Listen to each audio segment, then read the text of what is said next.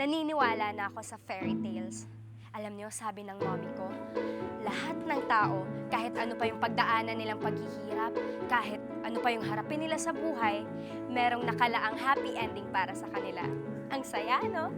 Eto pa ha, sabi ni mommy, si daddy daw ang kanyang happy ending at fairy tale. Ay, nakakakilig, ano?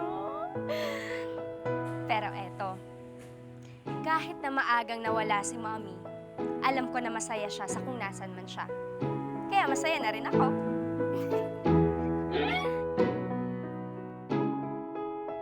Naman ha. Ikaw ang shade ito. Yan, ito. At one day, anak, makakakilala ka rin ng sarili mong prinsipe. Sige.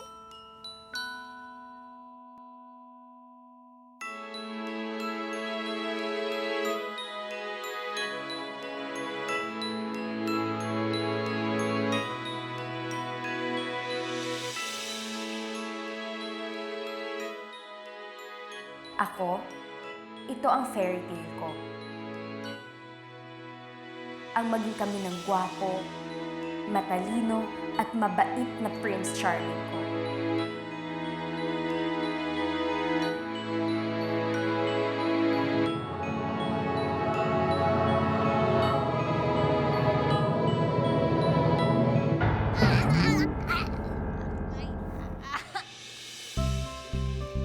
At kagaya pa nga ng kahit saang fairy tale, meron din akong wicked witch sa buhay ko.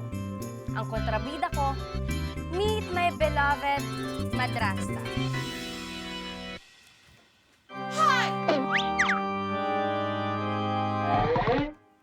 Buong araw ka nang naglalaba dyan, hanggang ngayon hindi ka pa rin tapos? Madam, alam niyo naman po kasing napakadami nitong pinalalabhan niyo. Parang lahat na po yata ng paninda sa mga ukay-ukay shops. Eto, nasa labada ko na po. Hoy, ukay-ukay ka dyan. Signature clothes kaya yan. Palibhasa kasi, wala kang alam sa fashion. Ang baduy mo kaya? Eto pa, Ekang, nakadalawang linggo na yung nakatambak ka. Bakit kasi ngayon mo lang inaasikaso?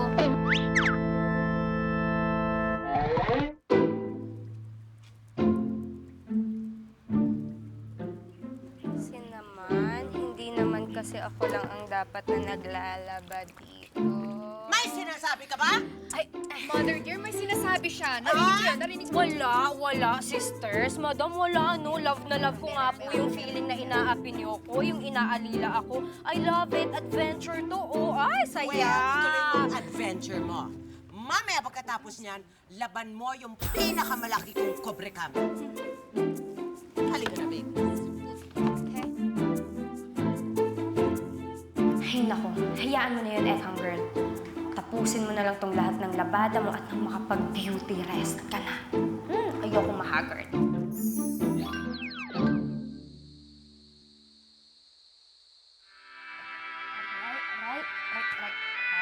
Right.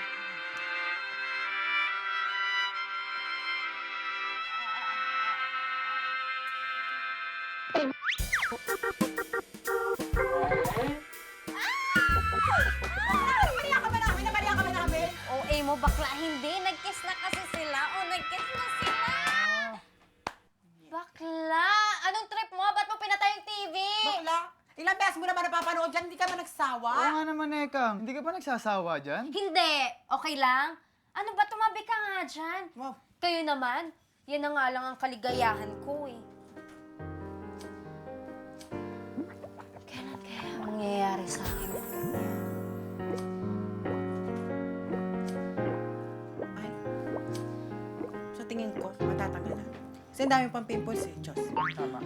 Hanggat nandito ka sa puder ng mudang mo, tsaka mga step-sisters. Ay, Matatagal na talaga maniwala ka sa akin. Hayaan nyo na, dahil nangako din ako kay Daddy bago siya mamatay, na susundin ko si Madam at ituturing kong kapatid yung mga stepsisters ko. Naiintindihan namin, Ekang. Pero sana naman, paminsan-minsan pumalag ka. Oo, pumalag ka naman. Dami mo Sumusobra na nagdiyan. sila eh. Huwag niyo na akong sermonan dahil kotang-kota na ako sa sermon kay Madam. Mabuti pa, Bax, friendship, magsiuwi na kayo dahil ako, isa lang ang plano ko ngayon. Mag-beauty rest ako dahil first day of school bukas. Ayokong halos ako Aray, no. sorry, Guterres.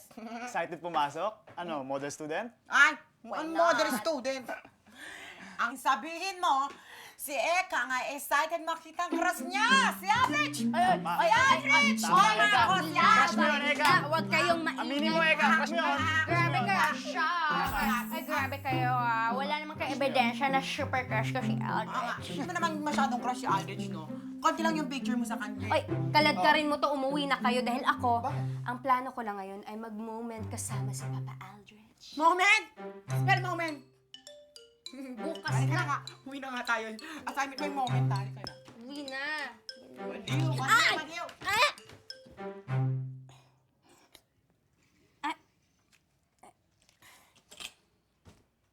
Naku, kawawa ka naman, Papa Aldrich. Huwag ka kasing humihula dyan sa mga pictures mo. Ka lang, dyan ka lang.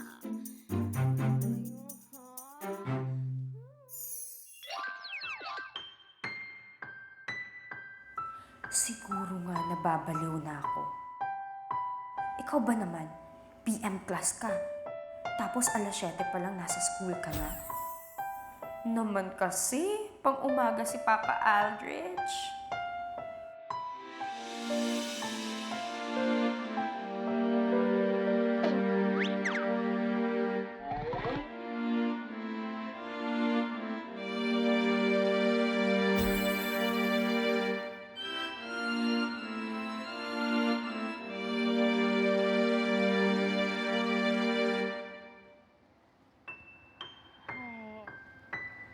Kung ganyan ba naman kapogi, sino bang hindi gigising ng maaga?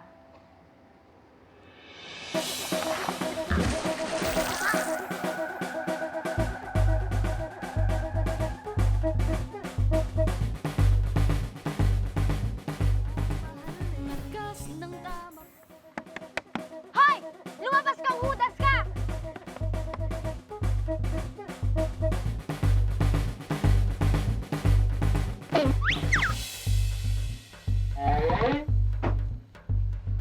Miss, alam ba yung ginagawa mo? Mas mahal pa yun sa buhay mo. Aba, ikaw pa tumaya... Hoy, pangit! Ayusin yung pananalita mo, ah.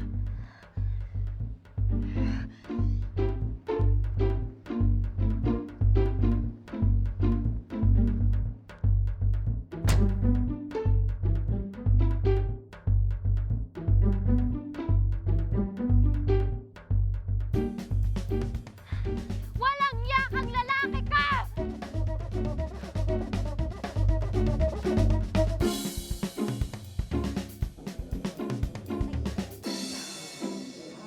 Guard! Ano to? Kakaumpisa pa lang ng klase? Sira na agad tong girl CR? Saan magsha-shower? Poso ba dito? La la la la la. Hoy! Hi! Ba't galing ka dyan? Bakla, akala ko nagbibiro ka sa text mo. Anong nangyari sa'yo? Ikaw na bang susunod na babaeng septic, ha? He, merong muntikang makasagasa sa akin kanina. Hambog! Diyos ko, nakakainis. Kaya eto, natalamsikan ako ng putek. Saan ka mo maliligo? Ay, Ay, ako nga pala. saan na maliligo? Ay, alam ko na. Dito ka na lang sa mentro maligo. Para perfect. Wala naman tao dyan. Makakagaling ko lang. Oo, tayo. Bet mo pa.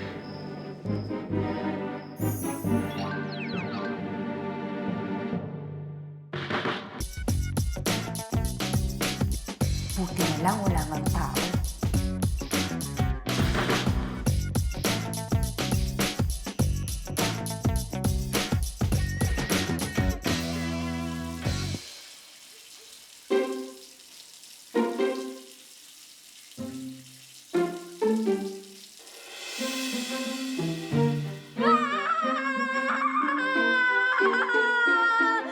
Ma'am, ano ginagawa mo dito?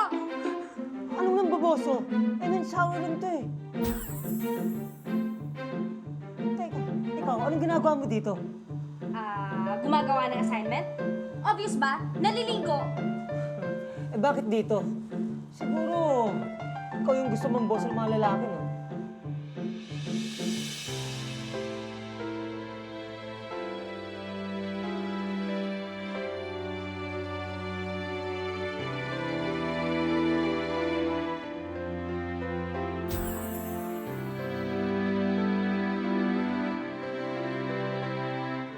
Anong gagawin mo? Wag, please! Wag! Eh, di ba? Huwag ka mag-eskandalo. Kunin ko lang tong relo ko. Naiwan ko kasi kanina.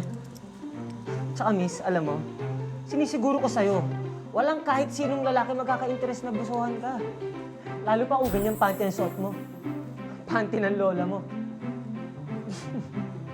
Hoy, ikaw hambog ka. Insultuhin mo na ako. Wag lang pantay ng lola ko! So, totoo nga. Totoo. Aba, ikaw hambog ka talaga, no? Kanina, muntikan mo na akong mapatay. At ngayon naman... Ano? Ano? Rape! Rape! Tulungan niyo ako! Nire-rape ako! Rape! Rape! Tulungan niyo ako! Nire-rape ako! Rape? Opo. Hindi po ba convincing? If you say so, this is an incident report. Isulat mo lahat dyan kung ano talaga ang nangyari. I will remind you, Mr. Park is here, that this is a serious allegation. Pwede po ba siyang ma-expel? Di lang yun, kung mapapatunayan pinagtangka ang kanya, pwede siyang makulong ng mahabang panahon. Kulong? Hindi na po. Okay na lang po ako dun sa expel. No, kulong siya for life. Dapat nga lethal injection. Eh dati, death penalty ang parusa sa rape. Kulong for life? Death penalty? Ano ba tong nagawa ko? O sige, habang ginagawa mo yan, tatawag ako sa pusito para tumawag ng pulis na uhuli kay Mr. Park. Ha? Ay, teka lang po. Teka lang po. Upo muna kayo. Sandali. Wala po. Walang pulis-pulis.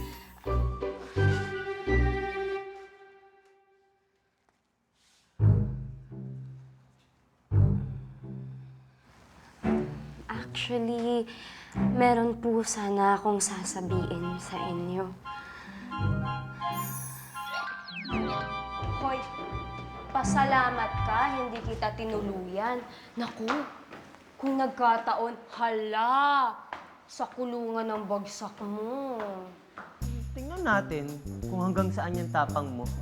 Kapag ikaw naman nakulong, Sinasabi mo? sinira mo ang pangalan ko. Idedemanda kita ng slander. At sisiguraduhin kong makukulong ka. Demanda? Ako? He, babu. Hello? Attorney Fortune? Meron tayong idedemanda. Hoy, teka lang. Kuya, please. Huwag, please, kuya, please. Huwag. Patay ako sa madrasa ko, please. Nagbibintaan ako ng rape eh. Yep. Kailangan makulong siya. Ay, sir, maawa ka. Huwag, kahit ano gagawin ko, please, huwag. Hindi ako pwedeng makulong, sir, please. Kahit ano. Kahit ano. Sige. Dahil maawain ako, pagbibigyan kita. So, paano na yun?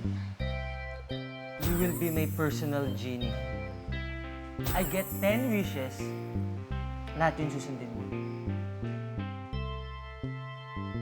Or else, Makukulong ako? Babe, I love you. I fell so hard for you, mahal ko. I hope you feel the same way too. Ang lakas ng tama ko. Sana naayos siya. Yes. Hoy, bakla. Teka, 10 wishes? Sigurado ka, kaya mo yun? Ewan ko. Kakayanin. Oo naman, kailangan mong kayanin dahil ayaw kong dumalaw sa kulungan, no? Tsaka malay mo, magka-developan kayo ng dalawa ni Sir Alden mo. Total Jenny ka naman mo. Yuck! Ew! Hindi ako magkakagusto o mai-inlove dun sa hambog, arogante, mayabang na Alden na yun. Never, ever, Ay. Ha. Te, dalaw-dalaw din kasi sa dentista pag may tang.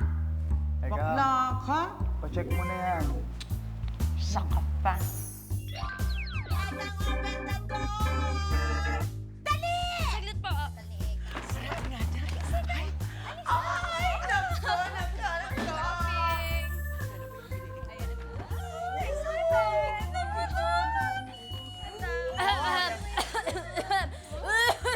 nako. Hindi, madam. Yun na nga po. Kasi bilang ngayon naman po yung araw ng dating ng pensyon ni Daddy, madam, baka naman pwedeng pahingi akong konting pera. Papaayos ko lang yung pustiso ko. Naku, Ekang talaga sa lahat naman ng oras. Ang mali ng timing mo. Gipit kami ngayon eh. Yan!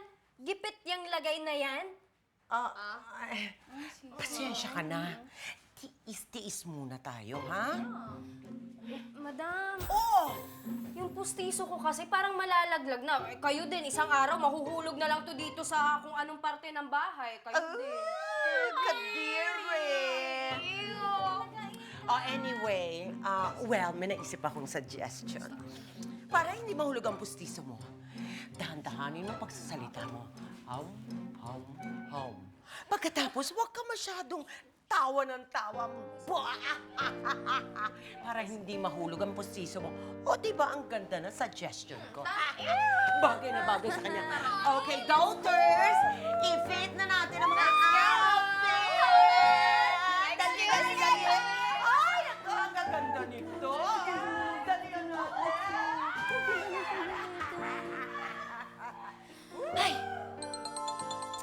Sino naman eh?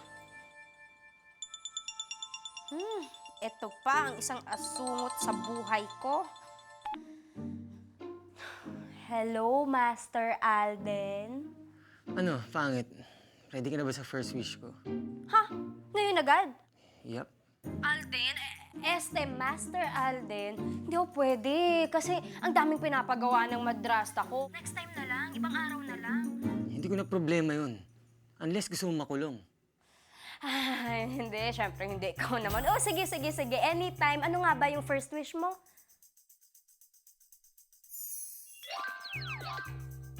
Andito na ako sa bubong na sinasabi mo. Ito yung pool. Nakikita ko na. Nakapasok ka na ba sa loob? Hindi pa nga. Nasa bubong nga eh, di ba? Hindi ko alam paano ako bababa dito. Nangya ka. Hindi mo nga ako papakulong pero makukulong naman ako dito sa pinapagawa mo sa akin. Wala namang ibang tao dyan eh. Lahat sila nasa bakasyon. Ano na? Anong gagawin ko dito? Eh di, tumalon ka. Sira! Ang taas kaya nito. Talon! Ay! Hello? Ano, okay ka lang? Sira, ulo, hindi. Sabi mo sa akin, aso yung nanakawin ko. Bakit halimaw yung andito? Wala akong planong malapa ng aso, no? Ano ka ba? Ano ba mga pinagsasabi mo? Maliit lang si Bulingoy. Baka ibang aso naman yan. Teka lang. Andito na ako, nakikita ko na. Cute pa lang. Cute na. Dahil mong daldal. Sige na. Kunin mo na siya at umalis ka na dyan.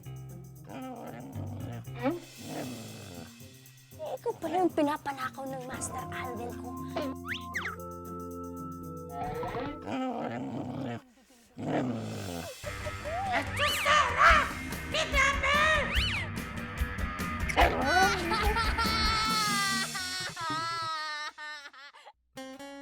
Hello, Master Alden. Ano na naman po ang ipapagawa niyo sa akin? Tara, sumunod ka sa akin. Doon tayo sa kwarto. Ito na ba yung wish mo? Alam mo, Ekang, ano mga pinagsasabi mo? Ito, lalaban mo to. May mga lalaking ganun lang talaga, basta. Pero hindi natin alam. Baka na si Alden may gusto rin dito kay Ekang. Gusto ko lang sa wish na to. maging nice ka sa akin at magiging nice ako sa'yo. Alden, what a surprise. I thought you lived with your mom. Tingin-tingin mo dyan. Nakakatawa ka kasi. Mukha ka talagang labandera. Ganyan ka ba talaga maglaba? Alam mo kasi, maghanap ka ng something na magpapawala ng stress mo para hindi binabalot ng masasamang espiritu yung katawan mo. My Prince Charming.